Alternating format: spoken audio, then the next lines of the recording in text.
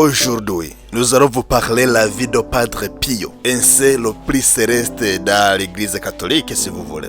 Padre Pio, de son vrai nom, Francesco Forgione, un prêtre capillaire italien né le 25 mai 1887 à Pietrelcina est mort le 23 septembre 1968 à San Giovanni Rotondo. Il est connu pour sa grande piété, ses stigmates, blessures similaires à celles de Christ crucifié, ses dons de bilocation, de lecture des âmes et de guérison. Ordonné prêtre en 1910, il rejoint le monastère de San Giovanni Rotondo où il passera la majeure partie de sa vie. De son vivant, il attire des milliers de fidèles à raison de ses miracles présumés, et de sa réputation de sainteté. Il fonde également la maison du soulagement de la souffrance, un hôpital encore en activité aujourd'hui. Le 16 juillet 2002, il est canonisé par le pape Jean-Paul II et devient Saint Pio de Pietrelcina. Il est vénéré comme un grand intercesseur et guide spirituel par de nombreux catholiques à travers le monde. L'enfance de Padre Pio. Padre Pio, de son vrai nom Francesco Forgione, est né le 25 mai en 1887 dans une famille modeste à Pietrelcina, un petit village du sud de l'Italie. Ses parents, Grazio Forgione et Maria Giopesata de Nanzi, étaient des agriculteurs profondément croyants. Dès son jeune âge, Francesco montre une grande piété. Il prie souvent, assiste à la messe quotidiennement et ressent un attrait particulier pour la vie religieuse. Selon plusieurs témoignages, il aurait eu des visions mystiques et des apparitions de la Vierge Marie et de Jésus dès l'âge de 5 ans. Malgré une santé fragile, il manifeste très tôt son désir de devenir prêtre et moine. Son père, pour financer ses études religieuses, émigre même aux États-Unis pour travailler et envoyer de l'argent à sa famille. Sa conversion et son appel à la vie religieuse. Bien qu'il ait été pieux dès son enfance, Francesco prend une décision plus formelle à l'âge de 15 ans, en 1903, lorsqu'il entre au noviciat des frères capucins de Morseno. Il adopte alors le nom de frère Pio, en hommage de Saint Pie V. Durant ses années de formation, il mène une vie d'austérité et de prière intense. Cependant, il souffre de nombreux problèmes de santé, notamment de douleurs pulmonaires, ce qui l'oblige à interrompre temporairement ses études. Malgré cela, il reste fidèle à sa vocation et continue à approfondir sa relation avec Dieu à travers la prière et la méditation. Son ordination sacerdotale. Le 10 août 1910, à l'âge de 23 ans, il est ordonné prêtre à la cathédrale de Bénévent. À cause de sa santé fragile, il est autorisé à rester quelque temps chez ses parents à Pietrelcina avant de reprendre la vie communautaire dans son couvent. En 1916, il est envoyé au monastère de San Giovanni Rotondo où il passera le reste de sa vie. C'est là qu'il commence à recevoir les stigmates, les marques des blessures de Christ, qu'il fera de lui une figure mystique mondialement connue. Padre Pio consacre toute sa vie à la prière, la confession, la direction spirituelle et l'accompagnement des âmes, devenant l'un de ceux les plus vénérés au XXIe siècle. En quoi alors Padre Pio se distingue des autres prêtres? Padre Pio se distinguait des autres prêtres par plusieurs aspects extraordinaires qui ont marqué sa vie et son ministère. 1. Ses stigmates.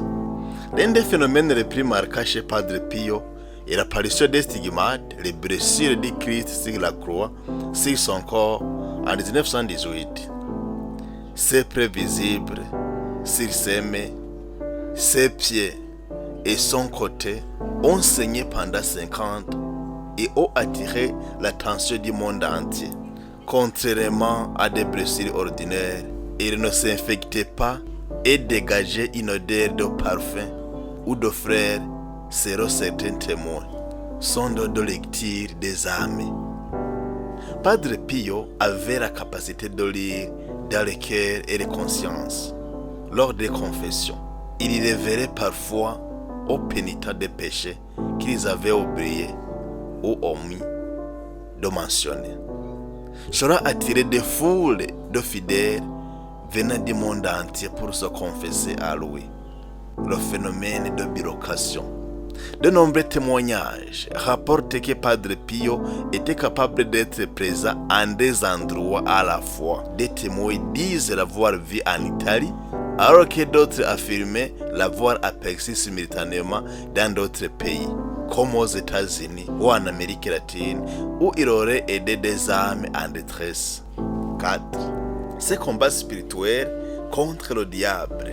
Padre Pio racontait souvent qu'il était attaqué par le diable qui cherchait à l'empêcher de prier et d'aider les âmes. Il disait avoir subi des agressions physiques et spirituelles, se retrouvant parfois avec des blessures inexpliquées après des nuits de combat spirituels. 5.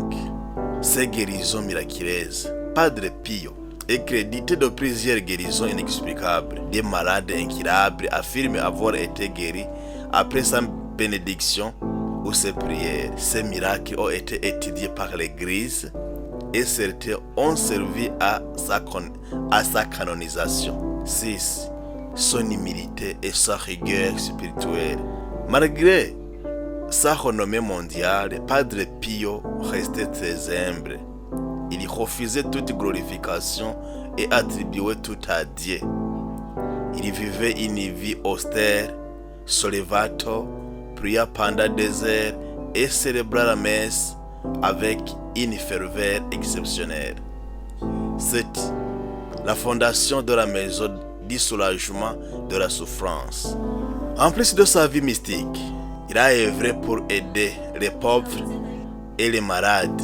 En plus de sa vie mystique, il a œuvré pour aider les pauvres et les malades. Il a fondé un hôpital moderne à San Giovanni Rotondo qui continue aujourd'hui de soigner des milliers de patients. Grâce à ses dons et à son engagement total envers Dieu et les autres, Padre Pio est devenu une figure unique dans l'histoire de l'Église, admirée par des milliers de fidèles à travers le monde. Qu'est-ce qu'on lui connaît de la Sainte Messe et la Croix? Padre Pio. Padre Pio et la Sainte Messe. Pour Padre Pio, la Sainte Messe était le cœur de sa vie spirituelle et un véritable sacrifice de Christ renouvelé. Il l'a célébré avec une ferveur exceptionnelle, au point que sa messe durait souvent plus de 2 heures. Voici ce qui caractérisait sa célébration de la messe. Une intense union au Christ christifié. Lorsqu'il célébrait la messe, Padre Pio entrait dans une profonde contemplation du sacrifice de Christ sur la croix. Il disait: il serait plus facile à la terre d'exister sans le soleil que sans la Sainte Messe. Il vivait la passion de Christ de manière si intense que parfois il pleurait ou entrait en existence pendant l'Eucharistie. 2. Une offrande totale de lui-même. Il considérait la messe comme une participation réelle à la souffrance de Christ. Il offrait ses profondes douleurs et ses stigmates en union avec le sacrifice de Christ pour le salut des âmes. 3. Une messe vécue comme un combat spirituel. Il était persécuté par le diable, qui cherchait à l'empêcher de célébrer la messe. Il disait que pendant l'Eucharistie, Satan redoublait d'attaques contre lui pour le décourager. 4. Une grande dévotion à l'Eucharistie. Il passait des heures en prière avant et après la messe pour prolonger son union avec le Christ. Il encourageait les fidèles à se confesser fréquemment et recevoir l'Eucharistie avec un cœur pur. Padre Pio et la croix de Jésus. Padre Pio avait une relation très particulière avec la croix de Christ. Il ne voyait pas la souffrance comme une punition, mais comme un moyen de s'unir à Jésus. Porter la croix avec amour. Il disait souvent: Jésus ne m'a jamais promis un bonheur terrestre, mais plutôt des souffrances. Il acceptait les souffrances physiques et spirituelles comme une manière de participer à la rédemption des âmes. Les stigmates, en signe d'union à la croix. Pendant 50 ans, il a porté les stigmates, partagea physiquement les souffrances du Christ.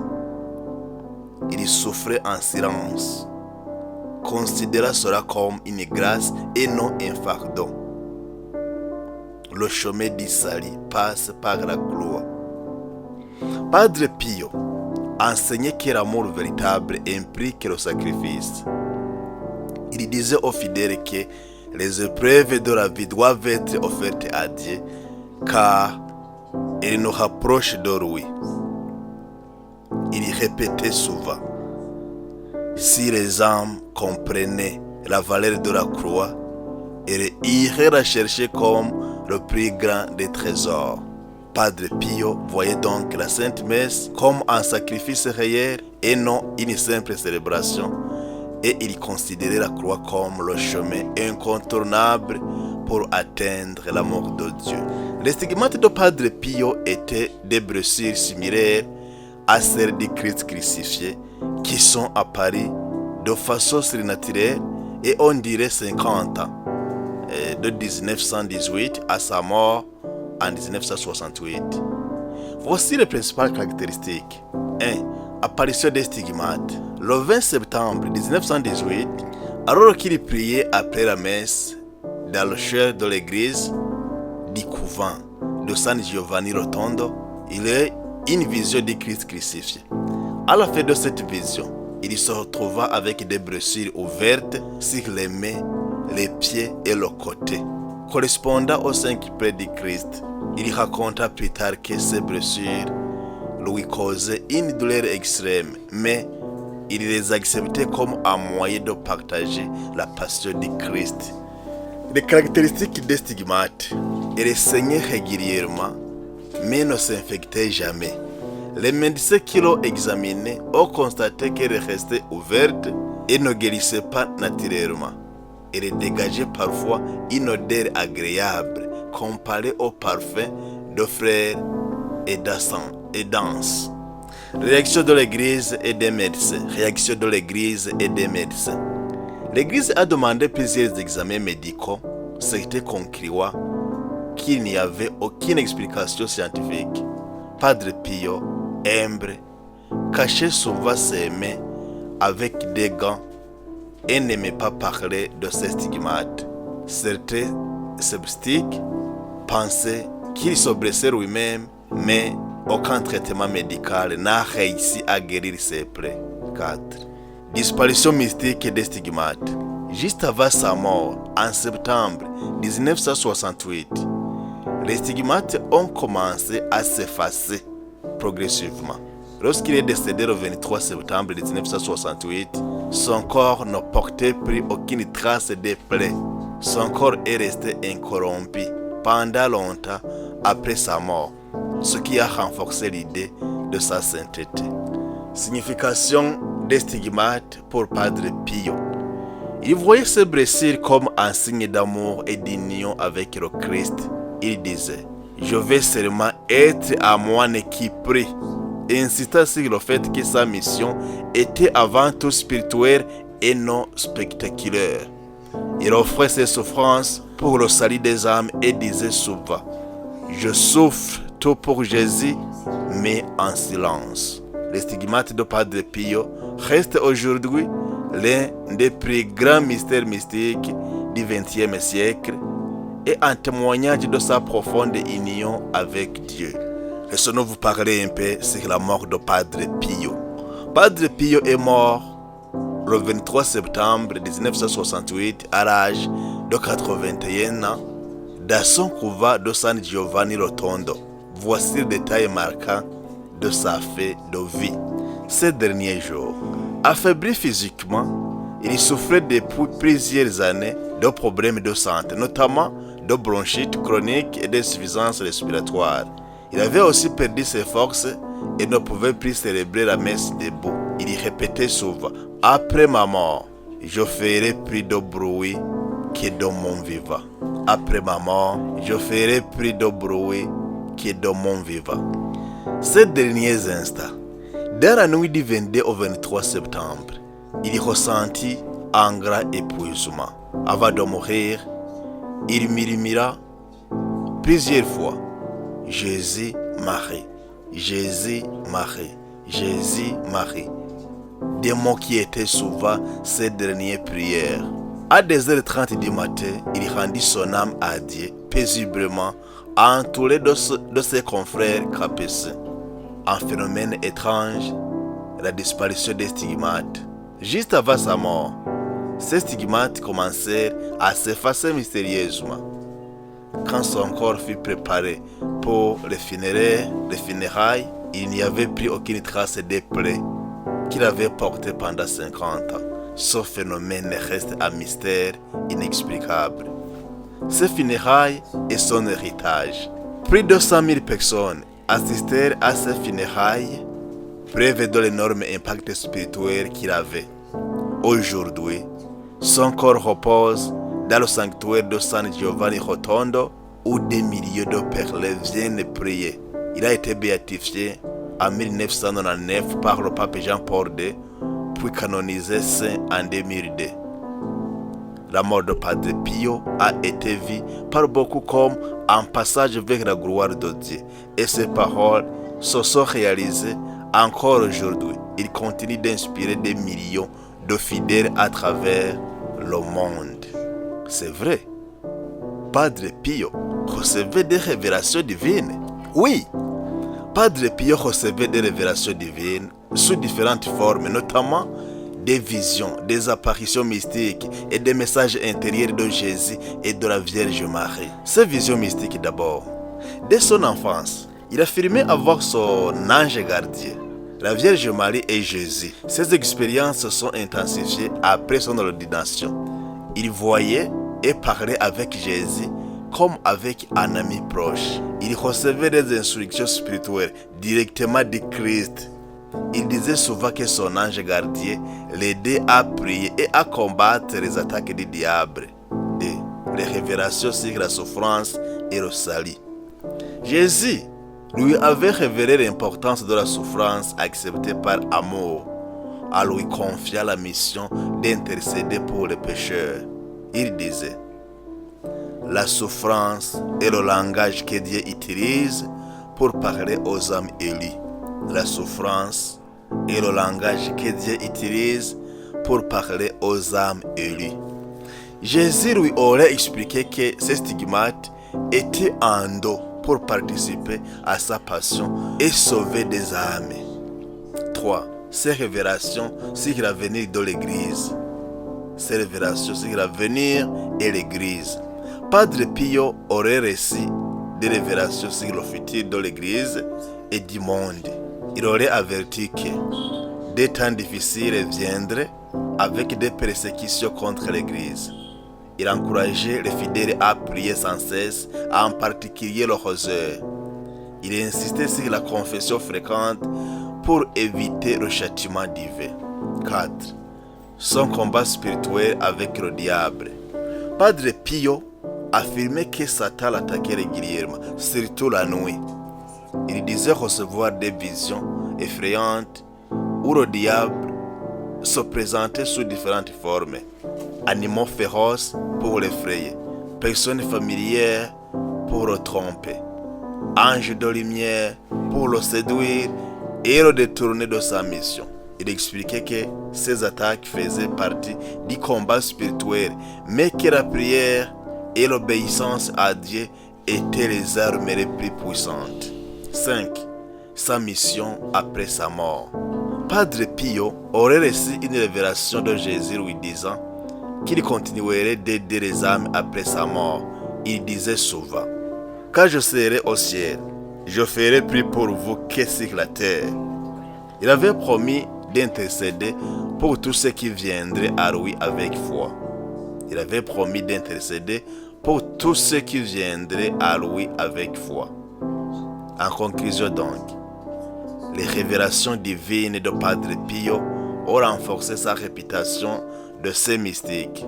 Beaucoup de ses paroles et prophéties continuent d'inspirer les croyants aujourd'hui. Est-ce que nous pouvons étudier de Padre Pio, nous les chrétiens? Oui, les enseignements de Padre Pio pour les chrétiens est une source d'inspiration spirituelle pour tous les chrétiens. Padre Pio est une source d'inspiration spirituelle pour tous les chrétiens. Sa vie et ses enseignements nous offrent plusieurs leçons essentielles pour approfondir notre foi et notre relation avec Dieu. 1. L'importance de la prière. Padre Pio répétait souvent: la prière est la meilleure arme que nous ayons, une clé qui ouvre le cœur de Dieu. Il priait intensément, passant plusieurs heures par jour en méditation. Il incitait sur la puissance du rosaire et demandait aux fidèles de le réciter quotidiennement. Il disait que la prière pouvait tout changer, même les situations désespérées. À appliquer, prendre du temps chaque jour pour prier avec foi et persévérance. La foi est l'abandon total à Dieu. La foi est l'abandon total à Dieu. Padre Pio vivait dans une totale confiance en Dieu, même dans les épreuves. Il enseignait que Dieu ne nous abandonne jamais, même dans la souffrance. Il disait: prie, espère et ne t'inquiète pas. Dieu est miséricordieux. Il exaucera toujours tes prières au bon moment. À appliquer donc, remettre nos soucis à Dieu et avoir foi en son plan pour nous. La valeur de la souffrance offerte à Dieu. Padre Pio portait les stigmates et souffrait énormément, mais il voyait cela comme une participation à la passion de Christ. Il enseignait que la souffrance, lorsqu'elle est offerte à Dieu, devient source de grâce et de sanctification. Il disait: si nous comprenions la valeur de la souffrance, nous la demanderions comme un don. À appliquer, accepter nos épreuves avec foi et les offrir à Dieu pour le salut des âmes. 4. L'amour de l'Eucharistie et de la messe. Padre Pio vivait chaque messe comme une immersion totale dans la passion de Christ. Il disait: il serait plus facile que le monde existe sans soleil que sans la messe. Il passait des heures en adoration devant le Saint-Sacrement. À appliquer alors, participer activement à la messe, adorer Jésus dans l'Eucharistie et communier avec un cœur pur.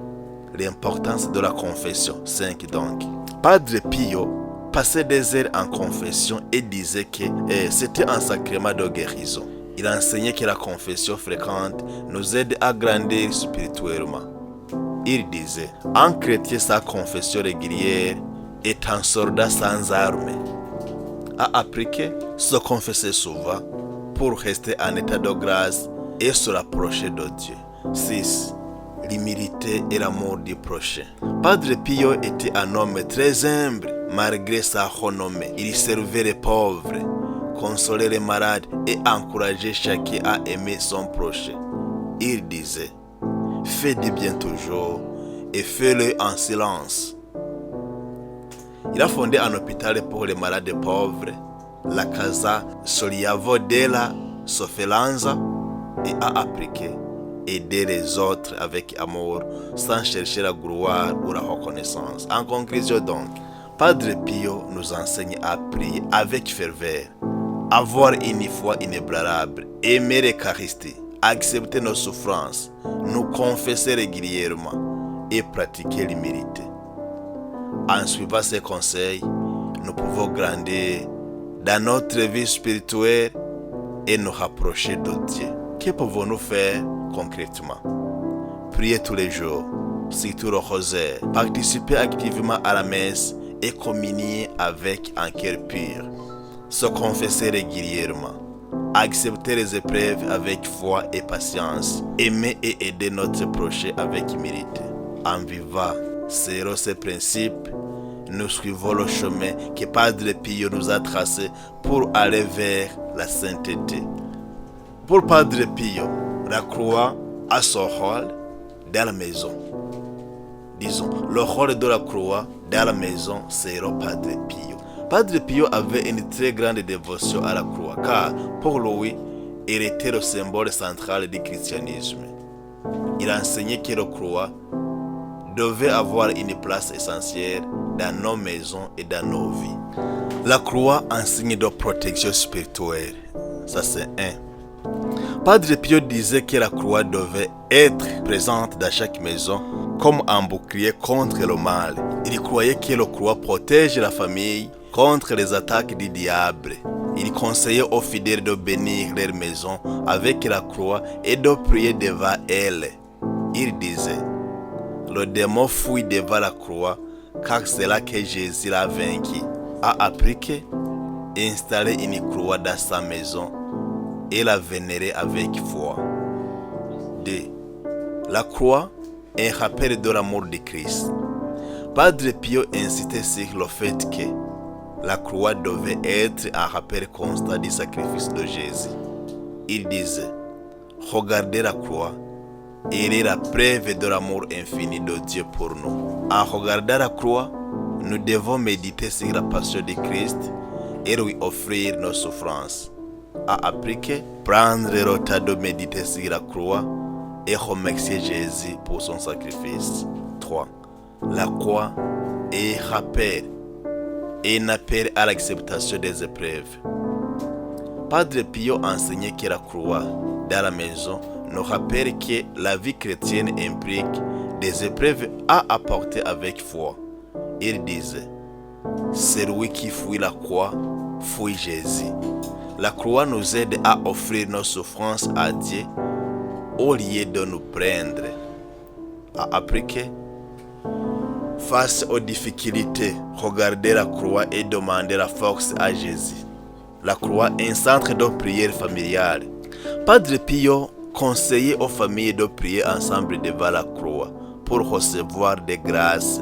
Il disait, une famille qui prie devant la croix est une famille protégée. Il encourageait les parents à enseigner à leurs enfants l'amour de la croix. A appliquer. Placer une croix dans un lieu central de la maison et prier devant en famille. En conclusion donc, pour Padre Pio, la croix dans la maison est un signe de protection et rappel de l'amour de Christ, un soutien dans les épreuves et un centre de prière familiale. Il nous invite à honorer, à la méditer et à l'embrasser avec foi. Que faire concrètement? Placer une croix visible dans la maison. Prier devant elle, seul ou en famille. Méditer la passion de Christ en la regardant. Offrir nos souffrances à Jésus. Ainsi, la croix devient une source de force et de bénédiction dans notre vie quotidienne. Quelles sont alors les paroles remarquables de Padre Pio? Padre Pio a laissé de nombreuses paroles inspirantes qui continuent d'éclairer et de fortifier la foi des chrétiens. Voici quelques-unes de ces phrases les plus marquantes. Sur la prière. La prière est la meilleure arme que nous ayons, une clé qui ouvre le cœur de Dieu. Priez, espérez et ne vous inquiétez pas. Dieu est miséricordieux. Il exaucera toujours vos prières au bon moment. La prière est le souffle de l'âme. Elle nous rapproche de Dieu. Leçon. Priez avec confiance et persévérance, sans crainte. 2. Sur la souffrance et la croix. Celui qui commence à aimer la croix ne désire plus la quitter. La souffrance est un don précieux de Dieu. Elle nous rapproche de lui. Jésus ne nous demande pas de porter la croix avec tristesse, mais avec amour. Leçon. Acceptez vos épreuves avec foi et les ont en sens dans le plan de Dieu. 3. Sur l'Eucharistie et la messe. Il serait plus facile que le monde existe sans le soleil que sans la messe. chaque messe bien vécue est un pas de plus vers le ciel. Aimer Jésus dans l'Eucharistie, c'est le plus grand trésor que nous ayons. Leçon. Assister à la messe avec foi et respect. Il est le cœur de la vie chrétienne. 4. Sur la confession et le pardon. Il a dit, Padre Pio, en chrétien sa confession fréquente. En chrétien sa confession fréquente est un soldat sans armes. Dieu nous attend toujours avec amour dans le sacrement de la réconciliation. Ne laissez jamais le péché s'accumuler. Courez. Ne laissez jamais le péché s'accumuler. Courez-vous confesser dès que possible. Leçon. Confessez-vous régulièrement pour rester en état de grâce. C'est que l'amour du prochain. Il a dit, Padre Pio, faites du bien toujours et faites-le en silence. Il a dit toujours, soyez humbles, aimez et servez votre prochain avec un cœur sincère. Il a dit aussi, le bien que vous faites aujourd'hui portera des fruits demain. Leçon. Aimez et servez les autres avec humilité et sans chercher de récompense. Sur le combat spirituel, Padre Pio a dit, le démon est comme un chien enchaîné. Il aboie, mais ne peut pas mordre si vous ne vous approchez pas. Il a dit également, quand l'ennemi vous attaque, prenez votre chapelet et battez-vous avec foi. Il a dit, Padre Pio, avec Jésus à vos côtés, vous n'avez rien à craindre. Leçon. Ne craignez pas les épreuves spirituelles, priez et restez proche de Dieu. 7. Sur la vie après la mort. Quand je serai au ciel, c'est Padre Pio qui a dit, je ferai plus pour vous que sur la terre. La mort est seulement un passage vers la vraie vie avec Dieu. Je resterai à la porte du paradis jusqu'à ce que le dernier de mes enfants y soit entré. Leçon. Ayez confiance à l'intercession de ceux et vivez en vie du ciel. Conclusion. Les paroles de Padre Pio sont un appel à la prière, à l'amour de Christ, à l'acceptation des épreuves et à la sainteté. Elle nous encourage à vivre notre foi avec courage et à nous rapprocher de Dieu chaque jour. Merci de nous prêter une oreille attentive. Je pense que cet enseignement vous a appuyé quelque part, surtout dans la foi chrétienne. Je pense que vous avez connu beaucoup de choses sur Padre Pio et que sa vie vous a fort aidé.